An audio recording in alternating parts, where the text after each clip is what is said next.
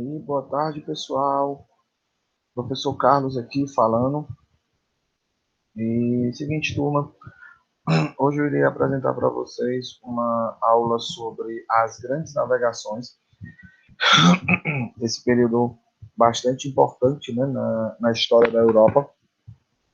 E as grandes navegações, elas tiveram então essa característica, que ela conseguiu unir todos os povos, vamos falar assim, né, do mundo no século XV. Na verdade, não foi bem uma união, foi um período no qual os europeus eles se lançaram aos mares e eles acabaram chegando à África, à Ásia e também à América, certo? E nós vamos ver nessa aula o porquê que eles fizeram isso e quais foram as consequências dessas grandes navegações, beleza? Antes de mais nada, apesar da aula estar sendo gravada, o tio Carlos está online agora e caso vocês precisem tirar alguma dúvida, por favor, não meçam esforços, me chamem aí no privado, certo? Tentem não colocar no grupo mesmo, porque o grupo, como tem muita informação, às vezes eu não consigo acompanhar. Só me chamar no privado, que o tio Carlos tem o maior prazer em ajudar vocês. Belezinha? Então vamos lá. Os europeus eles se lançaram aos mares. Só que se lançar aos mares naquele período, no século XV, era algo realmente muito perigoso. Existiam tantos perigos reais, perigos que realmente existiam, como ventos desfavoráveis que empurravam as embarcações para longe das rotas, ameaças de encalhe. Encalhe é quando o navio ele bate um banco de areia, e diferente de um automóvel que consegue dar ré, navio não dá ré. Então, se ele ficar encalhado, pronto, aquele navio nunca mais sai daquela posição. Além, é claro, da fome, da sede e das doenças. Os navios eles levavam pouca comida e pouca água para poder trazer o máximo de mercadorias possíveis. E por conta dessa pouca alimentação e pouca água, era muito comum as pessoas acabarem adoecendo. Além disso, existiam também os chamados perigos imaginários, perigos que existiam apenas na cabeça dos navegantes, mas era motivo suficiente para fazer com que muitos desses navegantes simplesmente não se lançassem aos mares. E quais eram esses perigos, tio Carlos? Vamos lá. A crença de que a Terra era chata. Ah, tio, a Terra falava muita besteira? Não, não esse tipo de chata. Chata quer dizer plana, como se fosse uma pizza. Pronto, eles acreditavam que a Terra era chata, era plana, e que quando essas embarcações chegassem na linha do horizonte, elas iriam cair em um abismo. Eles acreditavam também que quando as embarcações chegassem próximos à linha do Equador, que é uma linha imaginária que divide a Terra em hemisfério norte e hemisfério sul, e é a parte onde recebe a maior incidência solar, ou seja, é uma região bem quente, eles acreditavam que ficava tão quente naquela região que as embarcações pegavam fogo. E além, é claro, que eles acreditavam que o mar era habitado por monstros terríveis, serpentes marinhas, krakens, sereias, monstros das mais diversas qualidades. Tio, se era tão perigoso assim se lançar aos mares, por que esses malucos, então, eles pegavam e se lançavam aos mares? Bom, existem três motivos principais. Eles buscavam novos mercados consumidores, ou seja, eles queriam ampliar a sua rede de mercados, né? Eles queriam aumentar a sua rede de negócio, eles queriam comercializar com outros povos.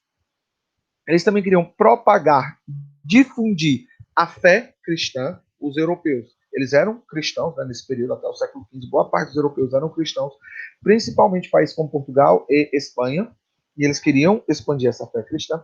Porém, entretanto, o principal motivo que levou a esses navegantes a se lançarem aos mares era a busca por especiarias e artigos de luxo. Ah, beleza, tio Carlos, eu sei o que é um artigo de luxo. É uma coisa cara. Me dê um exemplo, tio Carlos, de artigo de luxo. Seda é um artigo de luxo. Pérolas é um artigo de luxo. Só que além disso, existe um outro tipo de produto que os portugueses, os europeus, mas inicialmente os portugueses, eles buscavam no Oriente: as especiarias.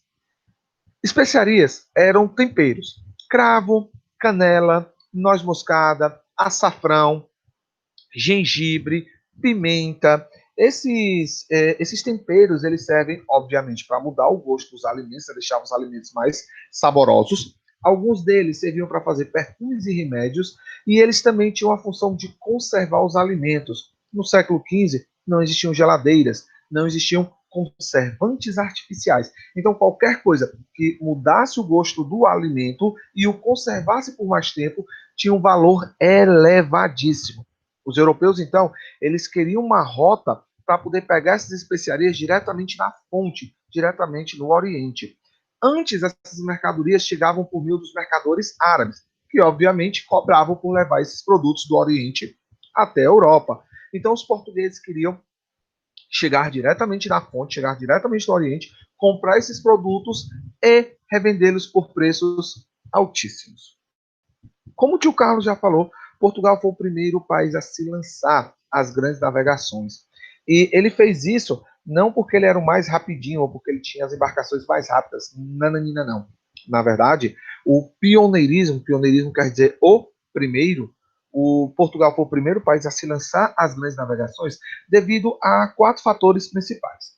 Primeiro, Portugal foi o primeiro país a se centralizar. Isso eu havia falado na minha última aula, naquela de, acho que uns 15 dias atrás, que o tio Carlos havia falado da formação dos estados modernos. Vocês lembram? Portugal, Espanha, Inglaterra, França. Pois bem, Portugal foi o primeiro país a se centralizar. Essa centralização ajudou a burguesia, que era aquela classe dos comerciantes que o tio Carlos também já havia explicado, ela investisse nessa empreitada, eles investissem nessas grandes navegações. Mas por que eles iriam fazer isso, tio Carlos? Lucro. A burguesia queria lucro. A burguesia queria enriquecer cada vez mais. E, dessa forma, eles viram nas grandes navegações uma ótima oportunidade de negócio. E foi, tio Carlos, com certeza. Vamos já falar como isso foi rentável. A ausência de guerras, Portugal, diferente de Inglaterra, França, Espanha, que viviam se estapeando aí contra muçulmanos, ou então uns contra os outros, Portugal era de boas. Portugal estava tranquilo. Portugal estava suave. Não tinha confusão com ninguém, não tinha inimizade com ninguém, paz e amor, e vamos só comercializar, vamos só vender e comprar produtos, vamos só enriquecer. A própria posição geográfica de Portugal, Portugal ele fica numa região conhecida como Península Ibérica. A Península Ibérica ela é um ponto muito próximo do continente africano, o que ajudou os portugueses, então, a se lançarem nessas grandes navegações. E os portugueses também, eles foram os primeiros a desenvolverem técnicas de navegação. A criação da caravela, que era uma embarcação menor, porém mais rápida, mais leve. O uso da cartografia. Cartografia vocês já devem ter estudado em geografia. Se não, vamos lá. Cartografia é o estudo de cartas. Ah, tio, aquelas cartas que a gente manda pelo correio? Não. Cartas cartográficas. Cartas cartográficas são desenhos, são mapas. São mapas que trazem muitas informações. Então, quando você pega um mapa, você está pegando, na verdade, uma carta cartográfica. O uso da bússola, não existia GPS, não existiam computadores, então o uso de bússola era algo fundamental para a localização. E os portugueses também eles tinham uma escola especializada em desenvolver técnicas voltadas para a navegação. A escola de Sagres. Ok, trupe? Vamos lá, então. Portugal com todas essas características agora a seu favor, ele começa a sua expansão marítima. No ano de 1415, eles conquistam a cidade de Ceuta, no norte do continente africano. Percebam que esse Ceuta não é com L, não é igual ao do automóvel, não é igual ao do carro. Esse Ceuta era uma cidade que tinha no norte da África. Essa cidade era um importante centro comercial, porém, a cidade de Ceuta era dominada pelos muçulmanos. Interessante. Portugal se formou com a expulsão dos muçulmanos da Península Ibérica. Interessante. Quer dizer que os muçulmanos têm uma rica cidade comercial no norte da África, exatamente para onde eu estou indo. Interessante. Então quer dizer que se eu expulsar os árabes, eu vou ficar com uma rica cidade comercial em um outro continente no qual estou expandindo? Exatamente português. E foi a partir da tomada da cidade de Ceuta que os portugueses, então, eles começam o chamado périplo africano.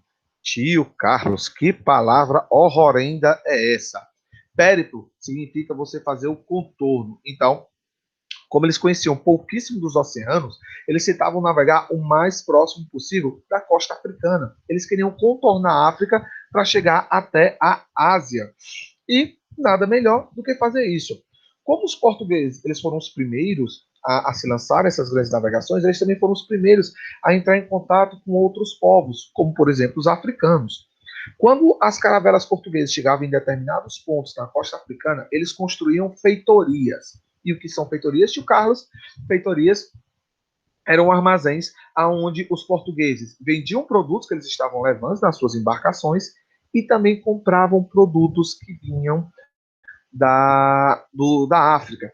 Foi numa dessas feitorias que os portugueses tiveram contato com os escravos africanos. Mas isso vamos guardar para um outro momento, para uma outra aula. Os portugueses, então, eles continuam a sua viagem e em 1498, liderados por Vasco da Gama, os portugueses conseguem finalmente o seu grande objetivo. Chegaram a Calicut, na Índia. A viagem de Vasco da Gama, ela foi tão importante que quando Vasco da Gama retornou com as suas caravelas abarrotadas de especiarias, o lucro foi estrondoso. O lucro das especiarias, os historiadores acreditam que esteja em torno de mais ou menos 600%. Ou seja, para cada R$ 100 que o rei de Portugal, não era real, né, gente? Pelo amor de Deus, mas é só uma comparação. Para cada R$ 100 que o governo português investiu nessa viagem, ele lucrou 600. Só para vocês terem uma noção, as grandes empresas, as mega empresas, as grandes marcas, elas têm uma margem de lucro na casa de 25 a 30%. 25 a 30%. Vasco da Gama teve um lucro de 600. Então, se fosse hoje, Bill Gates era um pobre coitado perto de Vasco da Gama. A pessoa mais rica do mundo seria apenas mais um pobre coitado. Ganhar na Mega Sena era bobagem, perto do que o rei de Portugal lucrou com a viagem de Vasco da Gama.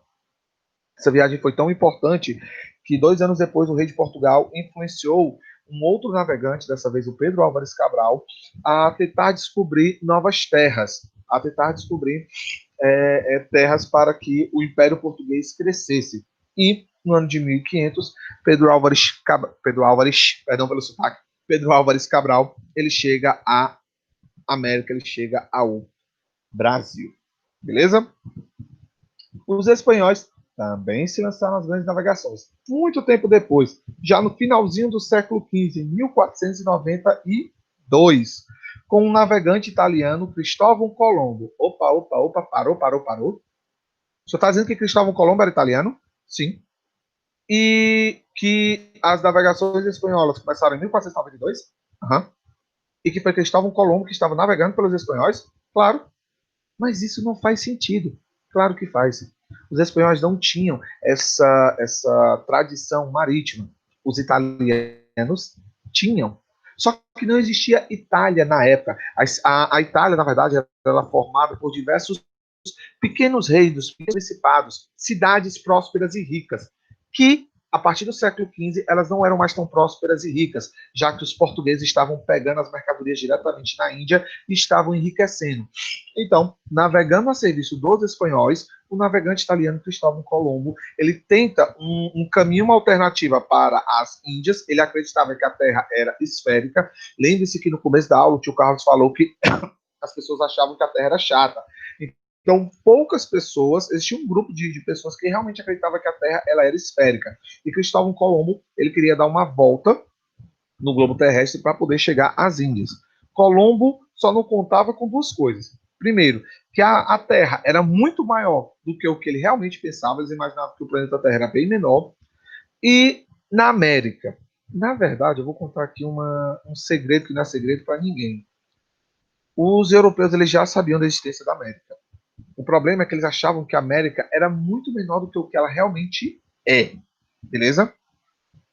Outros navegantes, agora sim espanhóis, o Fernão de Magalhães e o Sebastião de Elcano, eles fizeram uma importante viagem, a primeira viagem de circunnavegação, ou seja, eles foram os primeiros a dar a volta ao globo. o plano de Colombo não deu certo, né, porque ele chegou até as Américas, não deu certo entre aspas, né? Mas o Fernando de Magalhães e o Sebastião de Elcano, eles foram os primeiros a provar a esfericidade da Terra. O problema é que a chegada de Colombo em 1492 na América gerou um pequeno probleminha. Qual? Os portugueses eles queriam também conquistar terras. Como eu falei, eles já tinham uma noção da América, só não sabiam exatamente o tamanho aqui do continente. Então, em 1493 foi assinado um documento chamado de Bula Intercoeter. E o que essa bula dizia? Que uma distância em 100 léguas a oeste das ilhas de Cabo Verde, então iria se passar uma linha imaginária na vertical, certo? Dividindo o globo em duas partes, e essa linha imaginária estaria a 100 léguas. Uma légua é uma distância, é uma medida, certo? É uma medida de distância. Uma légua, salvo não me engano, é entre 6 e 7 quilômetros. Então, a 600 a 700 quilômetros após a linha após as ilhas de Cabo Verde, tudo que estivesse além dessa linha seria dos espanhóis, tudo que estivesse antes dessa linha, o que fosse descoberto, seria dos portugueses. Os portugueses não aceitaram, ameaçaram entrar em guerra com os espanhóis e, no ano seguinte, em 1494, foi assinado um novo documento, o Tratado de Tordesilhas. A esse sim, super famoso, dividiu as terras da América entre Brasil e Espanha, aumentando a distância de 370 léguas, perdão, de 100 léguas para 370 léguas. O que estivesse até essa distância era de Portugal, o que estivesse além era da Espanha. Nossa, tio, mas os espanhóis são espertalhões, né? Ficaram com quase toda a América e os portugueses ficaram só com um pedaço do Brasil. Isso não foi injusto, não? Nope. Lembra do que o tio Carlos falou? Que eles achavam que a América era muito menor? Então, foi assim que aconteceu. Ingleses, franceses e holandeses também tentaram chegar sem sucesso às Índias. Navegando pelo extremo norte, eles acabaram colonizando terras onde hoje nós temos o Canadá e também os Estados Unidos da América. Mas isso também é assunto para uma outra aula. O importante nós sabermos nessa aula é as mudanças que foram provocadas por essas grandes navegações. O comércio que antes ele era local, ele ganhou proporções mundiais, não era mais comércio entre cidades, entre feudos, e sim comércio entre continentes. Europa agora estava ligada comercialmente à África, à Ásia e à América.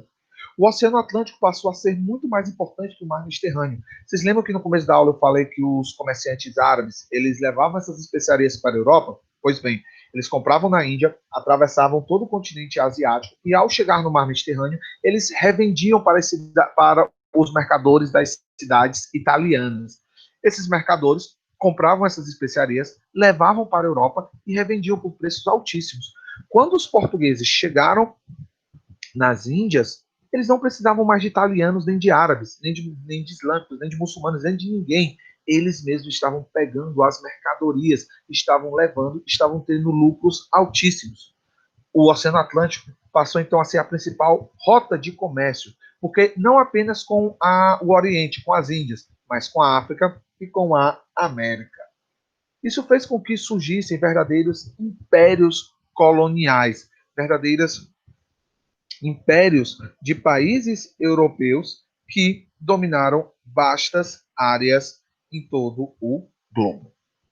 Tá certo? Pessoal, eu espero que vocês tenham gostado da aula. O tio Carlos resolveu fazer uma aula bem mais curta, porque aquela da outra semana ficou bem longa, certo? Eu tentarei fazer aulas assim. Qualquer dúvida, por favor, não deixem de me chamar. Eu estou online